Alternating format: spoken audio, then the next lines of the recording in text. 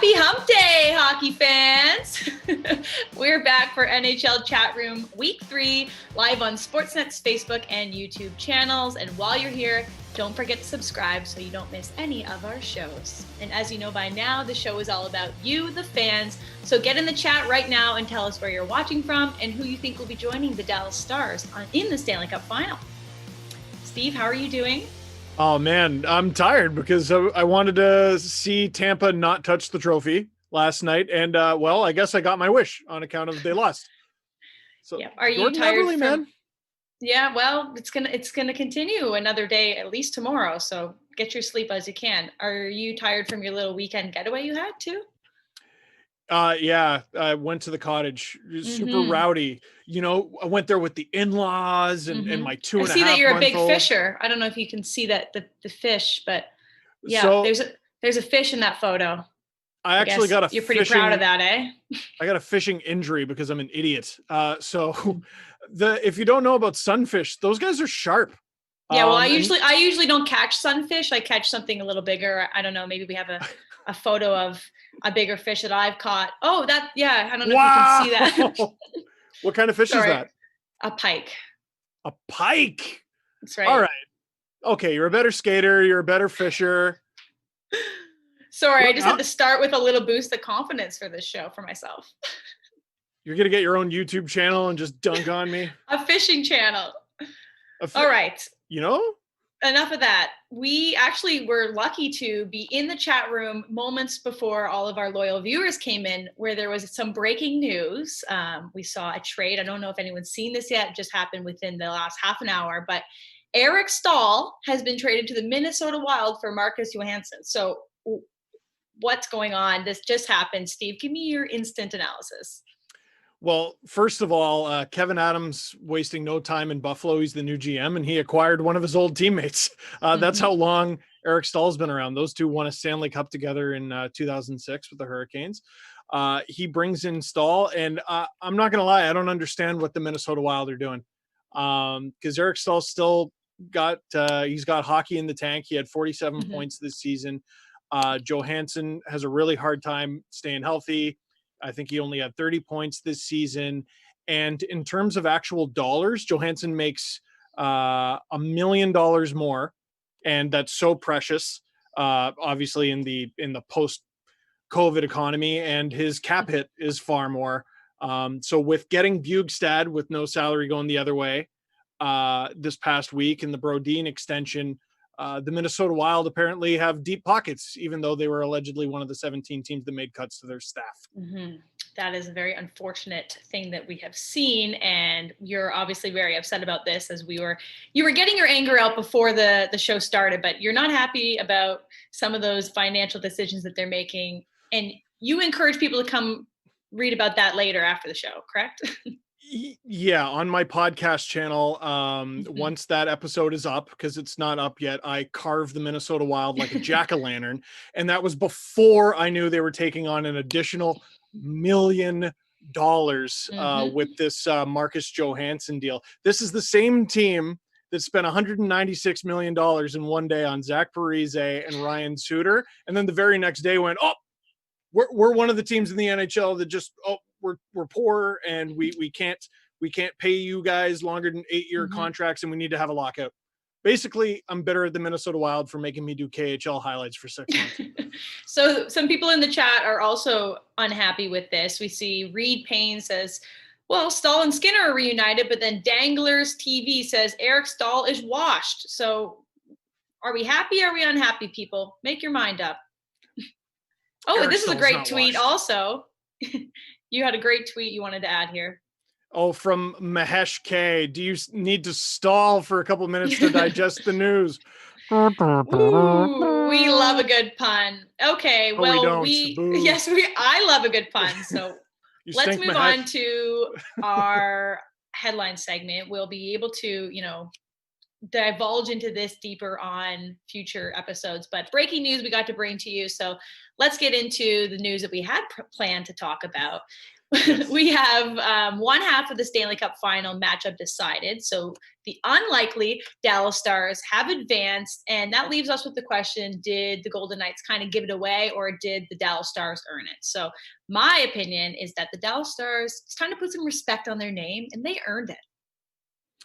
They absolutely did. They've been a defensive team all year. They've gotten good goaltending all year, but now their depth is catching up, and they're sending them to the Stanley Cup final is Dennis Gurianov, who I picked way back in March to be my breakout player of these playoffs. And this guy, so he's got 9 goals already in these playoffs, but his 8 assists is only 4 assists shy of his regular season career total.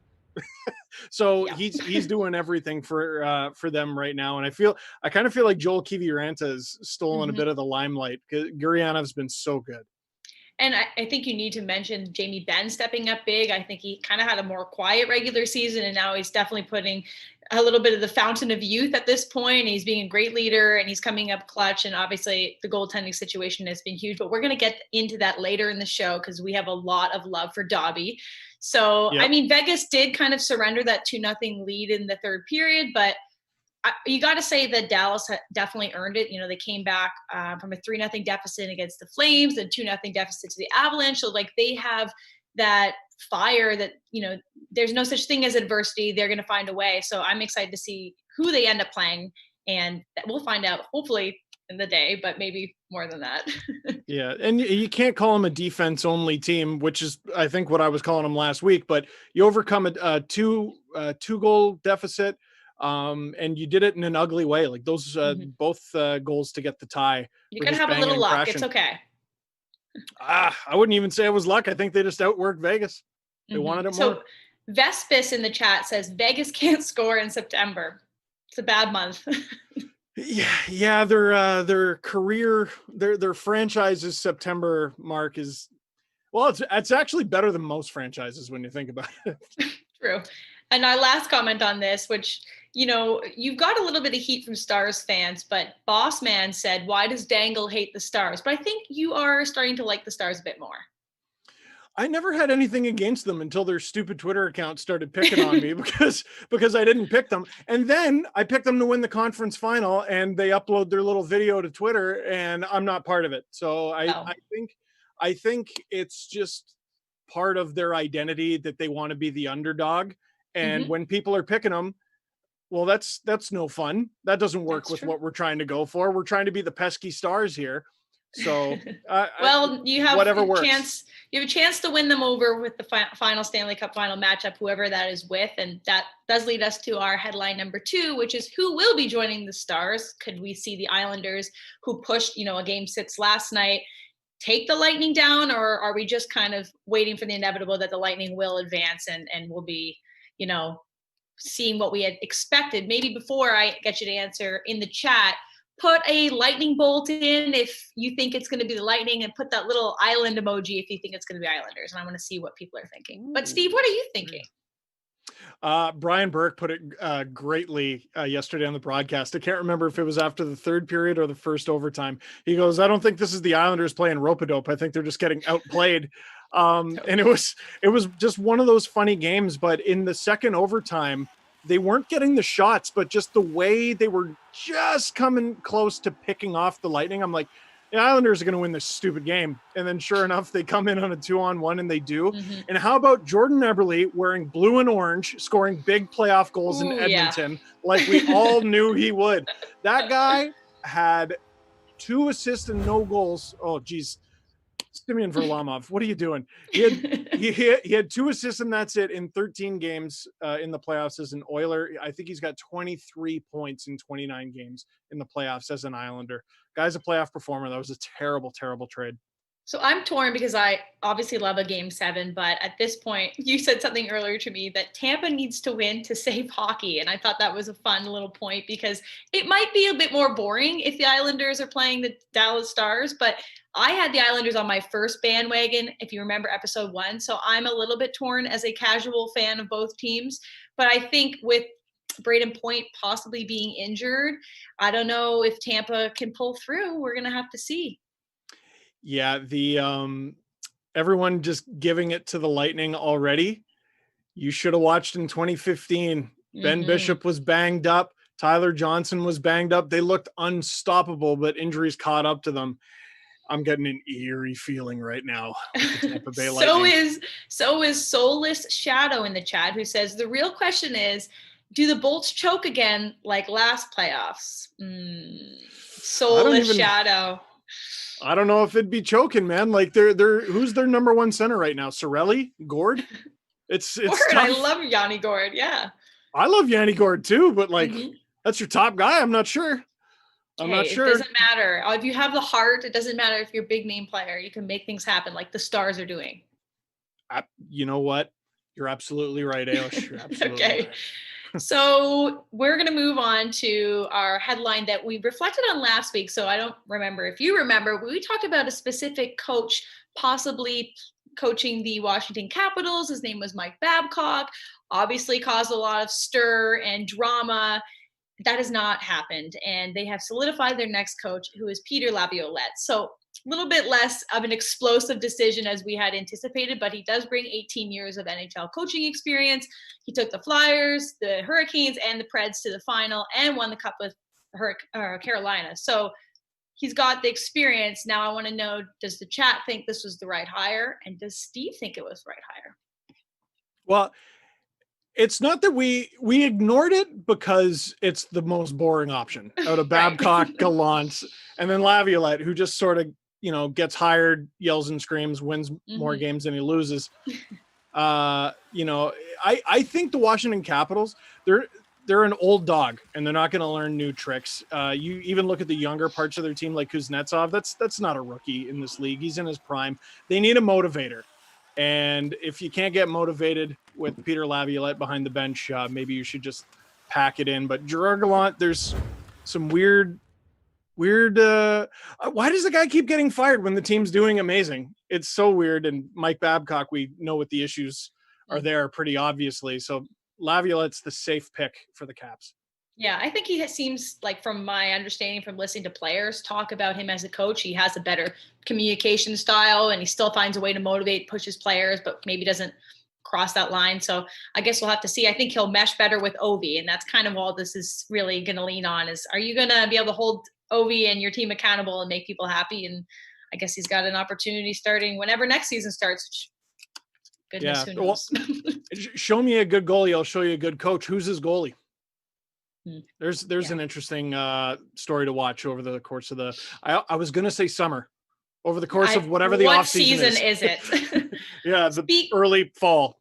Speaking of goalies, we were just so excited to come back to our goalie of everyone's heart right now, Anton Khudobin, Dobby.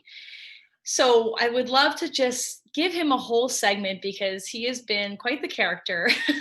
I'm not sure if everyone got to see his post-game celebration. I think we have some tape of him speaking after he gets like their big chain for player of the game. But so here's a little video from the Stars. But obviously he's been standing on his head. He's kind of an unlikely hero.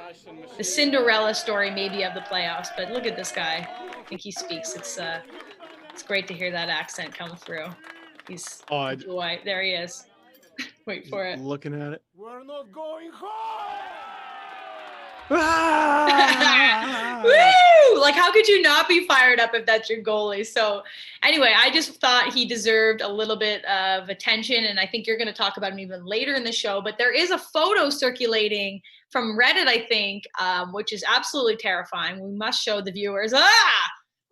Look at this legend. So if I was the Dallas Stars, I would be printing out that photo and putting it in the elevators so the other team sees it before they go to bed and like has horrible nightmares. But yeah, this is who you could be facing in the Stanley Cup final. Like, he's a beast. It's an incredibly Russian photo. Like it just reminds me of when I was doing KHL highlights and I did not edit all of those packs sober. And part of the reason is my co-host through the whole thing. And he taught me, I learned to respect many things about Russian culture. And I have been to Russia and I played hockey in Russia, and it is another world. How'd that go? just another world. That didn't go too well for us. But we have a comment from Classic Steve that says, "Why is he so sweaty?" Yeah, I have no idea. Like, it's just, you're just constantly like gritty. I don't know. It's just like the lifestyle. He's working hard and making things happen. Sometimes while you he's sweat eating when wings you're, or something. yeah. Well, you're just absolutely giving her and living life, which I think is what he was doing. Just being a legend. We are so passionate about this goaltender, and we needed to share those 2 clips with everyone so you can join our bandwagon, which we will speak about later. I'll be doing a real deep dive on Anton Khudobin. You talk about a goalie who you talk about. No, don't tell him this. No. Yeah, you're right. Save it. You have to wait. Save it. You must wait for the bandwagon segment if you want to hear more. There's only a couple things standing in between us and the bandwagon segment, though. But performances like this goaltender matchup kind of get you thinking about award season, which who knows when award season is really going to be. It's going to kind of be right in the next few days before the Stanley Cup final. So we wanted to give some predictions about those big outstanding awards that are still to be named. So that's the Hart, the Vezina, the Norris, and the Calder. So obviously there's some that are a lot like more competitive, I think, especially like the Hart and the Calder, I would say, are the 2 that are most intriguing for me. But I guess we should just rally off some predictions so we can get roasted. Oh, yeah. Let's definitely put ourselves out there, which is what you do on the internet, and just to be wrong. Let's do it. Okay, so let's start with the Hart, and please engage in the chat. Give us your Hart picks. I mean, there's Draisaitl, McKinnon, and Panarin. It's not that clear to me.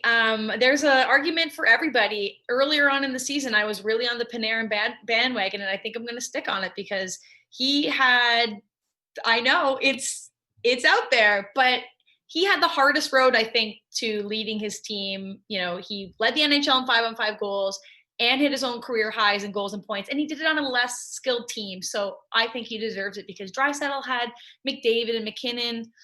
Yeah, he also didn't have much help. So it's tough, Steve. I don't know. I'm glad I don't have to award anybody. Who are you thinking? You know what? I think if there was no COVID and we went a full 82 games, I think the Rangers would have actually made the playoffs. And then people would be talking about Panarin a lot more in that regard. He needs more respect. He needs more respect on his name. But to me, Nathan McKinnon was a beast all season. He played his best hockey. You know, the more the Avalanche got injured, the better he played. I know. He had, I think, 40 more points than his next closest teammate. To me, it's got to be him. He was beast mode.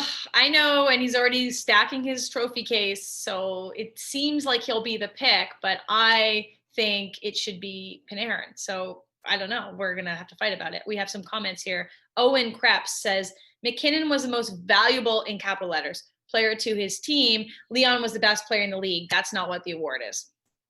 Spoken like a true. He was the highest scoring player. It's not the same, man. It's not the same. And then Squishy Fish. McKinnon had 40 more points than his next teammate. What else do you need? Yeah, I know, guys. All right, we're going to have to move on. Vezina. Vezina, I think we're both going to agree it's between Hellebuyck, Rask, and Vasilevsky. I'm just going to say Hellebuyck because I think he put his team literally on his back to get to the playoffs, led the NHL in starts, led the league in saves. He had a much more difficult, clearly I relate to the people that had a more difficult route to get to success. So I know it's most valuable. Is he going to get it? I don't know. What do you think? Your argument for him is a lot more eloquent than mine. Mine is, what's the difference between the Jets and the Bruins and Lightning? The Bruins and Lightning are good. And so that's what I'm trying to say. Yeah, he put up those crazy numbers. He should be nominated for the Hart probably. Spicy. That should automatically, to me, win him the Vezina. Connor Hellebuyck. Well, I think people are somewhat agreeing with us in the chat, so we'll take that as a win. We got Jets fans in there, probably. Yeah, that's right. The Canadian connection. So for the Norris, which is boring in my opinion because who likes defense? Carlson, Hedman, and Yossi. So less fun. I mean, I'm a forward. I like scoring goals once in a while. So we have Carlson, Hedman, and Yossi. So I think I said Yossi for this one. Yeah, why do you have Yossi? Because he was a guy who the analytics community sort of fell out of love with, and then he had this amazing season. Because I think he's a little bit more well-rounded as a defensive player. Like, he's not just offense, he's not just defense, where I think Hedman didn't have a great offensive season compared. Right. He's kind of more in the middle. I think Yossi's the middle ground between those three.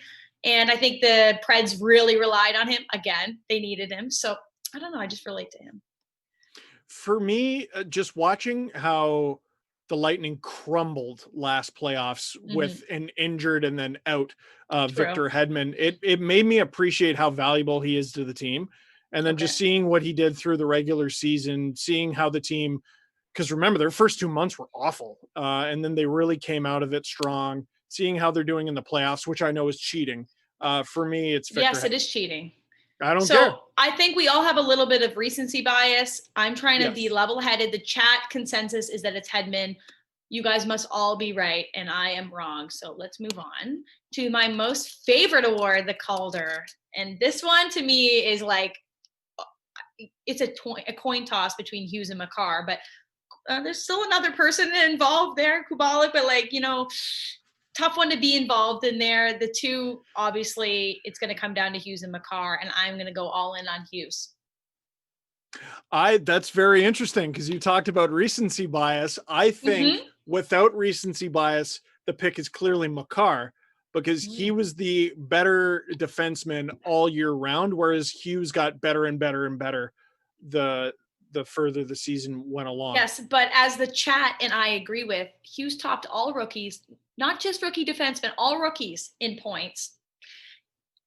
That's a lot of points. That seems somewhat important, and he was the third rookie defenseman to ever win rookie scoring outright. I think Bobby Orr was another one. Never heard of him, but anyway, I think it's going to be Hughes.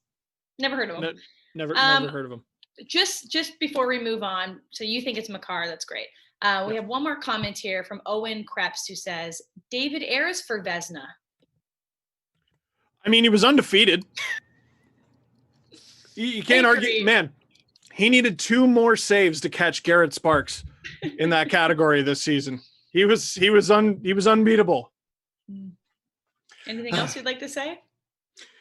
Yeah, I was having a very bad night when David Ayres beat the Toronto Maple Leafs, and the next morning I woke up to a text from my cousin saying that David Ayres was his Friday night beer league goalie, and so it got worse. David Ayres works at Ryerson, our connection. David Ayres, lovely, lovely gentleman. I wish that we got to see more David Ayres somehow in the world, but I don't think he'll be with the Vezina, sadly. You never know. Free agency. He's going to get scooped up. Okay, well, we used your brand Oracle last segment, so maybe you have it this year or this time around. Okay. It's going to Buffalo.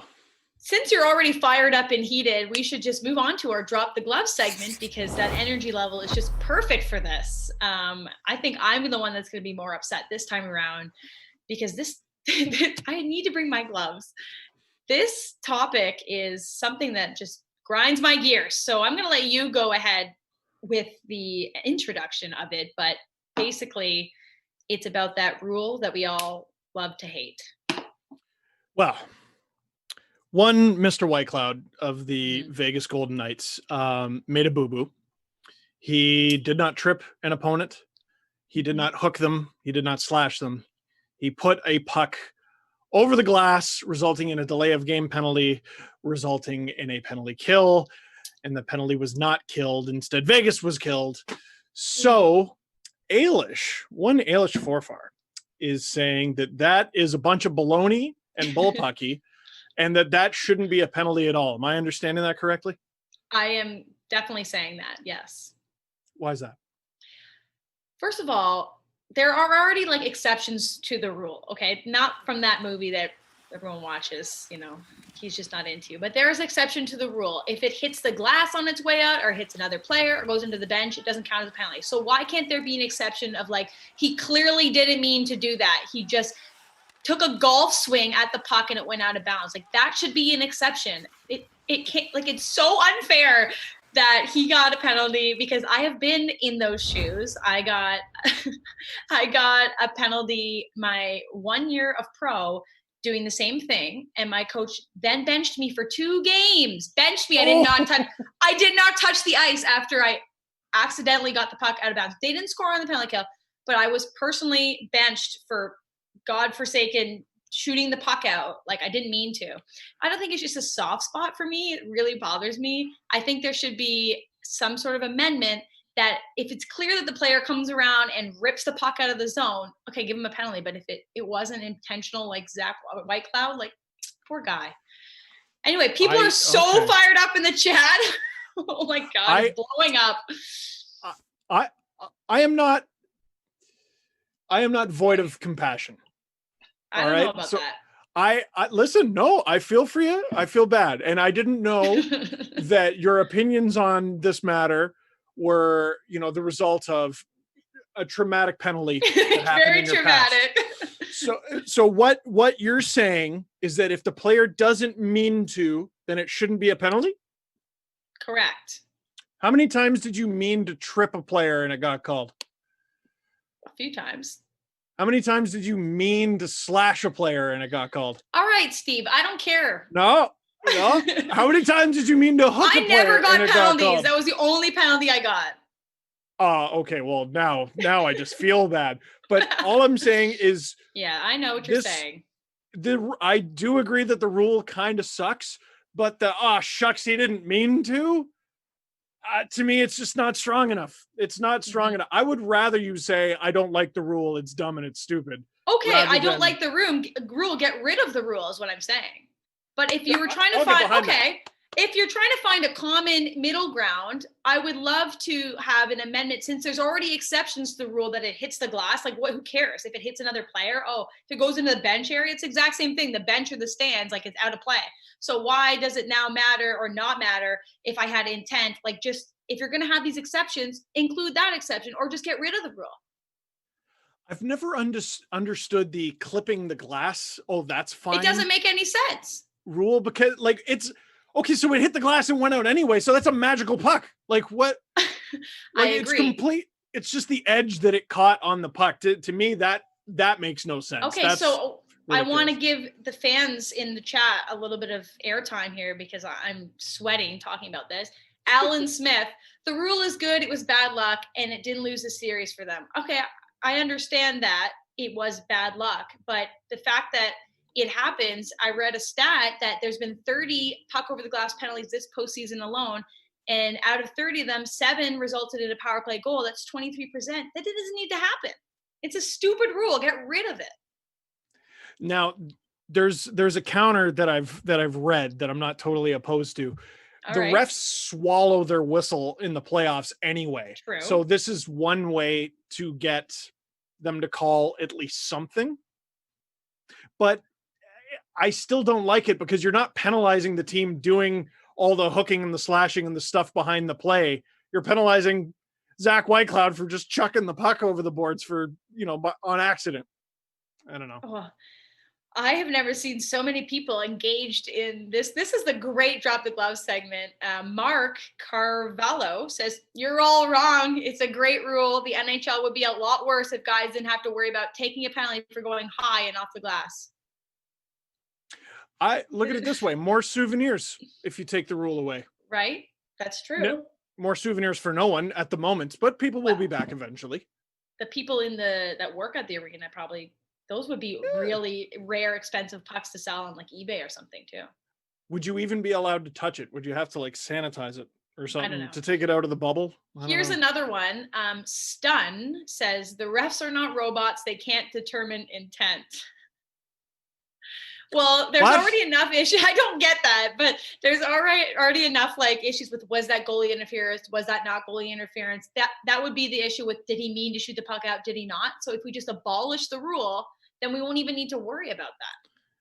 No, and there was a controversial hit just a few days ago of Corey Perry and Alex Tuck running into each other, and the judgment call was they just ran into each other. There was no intent. So listen, I know refs have a hard job, but like so do lots of people. So do doctors and nurses. And imagine trying to wrangle me. Ailish's job is impossible. So I got no sympathy for NHL refs. They got to make those decisions all the time. Do it. You're well paid. Okay, well, this Drop the Glove segment was enough to like get my heart rate up. So please send in ideas if you want us to debate anything else next week. But we'll have to move on, sadly. to a fun-loving segment that we all look forward to, the On the Bandwagon segment. Woo, wagons! Choo-choo. Is that a sound the bandwagons make? I don't know. No, I don't know. Chug, chug, We'll figure it out. What sound does a bandwagon make? Leave a comment. Yeah, good. I wish you could leave like voice notes. Actually, that'd be bad. We don't want that. No, take that back. So I'll start with my bandwagon. I am on the Rick Bowness bandwagon. Okay. This guy has had the most fun as an NHL coach since coming midway through the season. He's the interim head coach of the Dallas Stars. And I just lately have listened to lots of, as a player, I listen to how players talk about their coaches because it's interesting to me. And the way that the Dallas Stars talk about their head coach, it seems that they totally respect him. They love his positivity, his celebrations on the bench. If we have a video of him selling, like, this guy is a hero. Look at that. I've never been that happy in my entire life. Like, nothing has ever brought me that much joy. And if we can all just be more like Rick Bowness, like Miss Bones, they call him, like, look at that guy. I just could watch this on loop all day. Like, that is a man well into his life, and he's celebrating the Nintendo 64 kid. It's so sweet. So, Rick Bowness has just clearly earned the role of a head coach, and he's still interim technically. So I think he definitely has gotten the love that he deserves, and I'm on the bandwagon for him. And I hope that, he might even lift a Stanley Cup at the end of the season. And wouldn't that be a great story? It would definitely be a great story in a year where we've had some coaches who have been outed for some pretty terrible things, and people just defended them by going, "Yeah, well, they get results." Well, what if old Rick, Mr. Rogers Bonus, goes and wins the thing? It would be with a pretty tough style too. I think it'd be great. I'm on the bandwagon. Feel free to join, everybody. There's lots of space. So Rick Bowness. Perfect. Steve, your turn. Listen, so we got to go on Anton Khudobin deep dive because I forgot we hadn't mentioned him once. Yeah. Okay. So first of all, he's a beauty for the shirtless picture, and we're not going home and all that. He's a beauty for all those reasons. I looked at his stats. I'm looking at them right now. 237 NHL games played. He's got a .919 save percentage. Wait a sec. How is that possible? The guy's 34 years old. He turned 34 in May. How did this 7th round pick from 2004 never get a chance? Well, he was drafted in the 7th round by the Minnesota Wild. He was 5th on their depth chart when he came to North America in 2007-08. The Wild had Nicholas Backstrom, who you'll remember was a really good goalie, but they also had Josh Harding, who was a young goalie who was supposed to be the next big thing, and he ended up having to bow out because of an illness. So when he backs out, Backstrom's still there. He's no longer there. The Wild go out and they get Jose Theodore. So clearly Anton Khudobin's not part of their plans. So he gets traded to a team where he's going to have a great opportunity, right? No, he goes to the Boston Bruins, where he's behind Tuukka Rask and Tim Thomas forever and ever, amen. But wait, he finally gets a chance because Tim Thomas just decided, I don't like playing hockey anymore, and he left.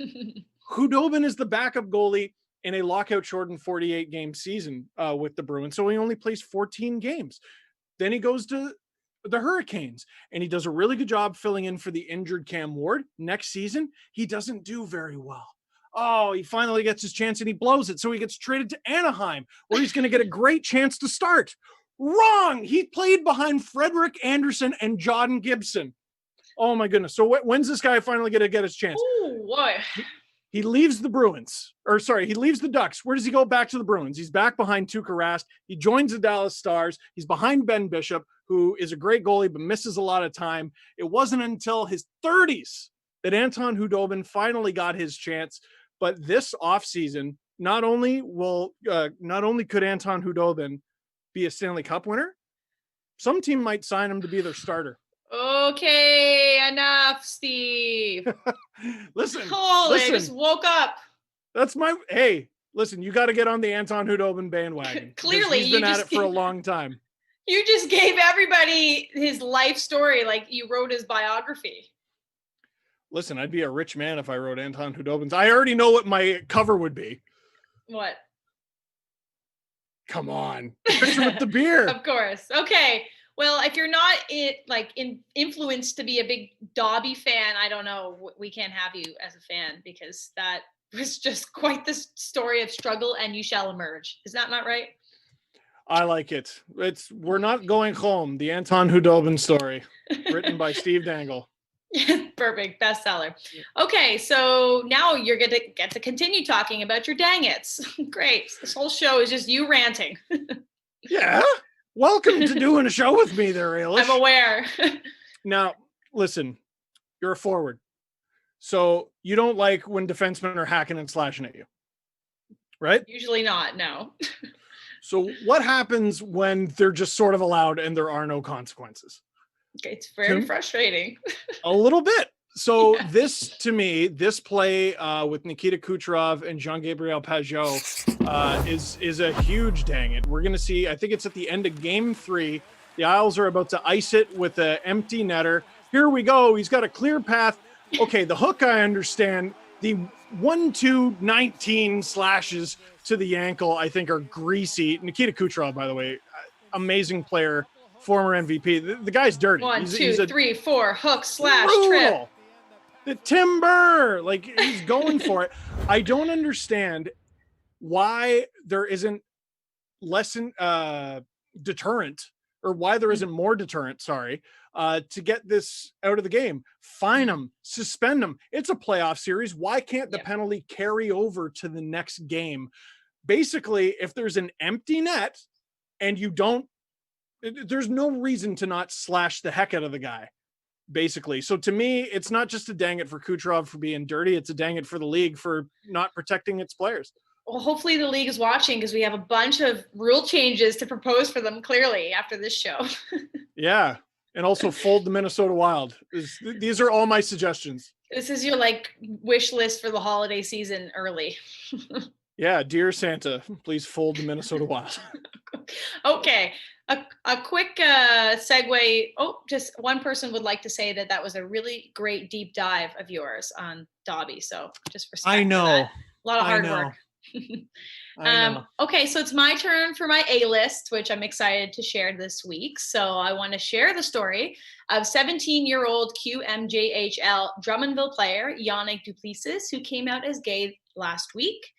Obviously, it's a really important story to share, and he said that he struggled with making this pretty public step in his life because he feared what was going to happen, and what's, hockey's often viewed as a not very welcoming or accepting sport at times. And I've played it and I've been in the locker room, so I know exactly how this could feel. So I wanted to share my support. And I think his message was wonderful and brave when he said that by him sharing this story, he hoped that any other athletes or people that are going through the same kind of thing could feel supported or helped along their journey. So it's on us as allies to help amplify his message and to share that, hockey hopefully one day will be for everybody, regardless of any of your personal interests in life. So I'm really, excited to share this on my A-list this week and all for Yannick and his journey. So good for him. Yeah, it was really interesting to hear about his story. Dave Amber and Brian Burke were talking about it on the broadcast there. It's one thing for a professional to do it, but for a kid with he's 17. Yeah, no contract behind him. He's not even a legal adult to show that kind of courage. It's remarkable, really admirable. For sure. So that's my week's A-list. And we're going to wrap things up. But before we sign off, I wanted to give you all a reminder that you can watch tomorrow's Game 6 of the Eastern Conference Final between the Tampa Bay Lightning and the New York Islanders at 8 o'clock p.m. Eastern, 5 o'clock p.m. Pacific on Sportsnet and CBC. And as always, you can stream every single NHL game on Sportsnet now. So don't you dare miss that, because it could make or break what is going on next week in NHL Chatroom. Is that not right, Steve? Listen, what is going on next week? How about what's going on just a few minutes ago? In 1 day from now, yeah.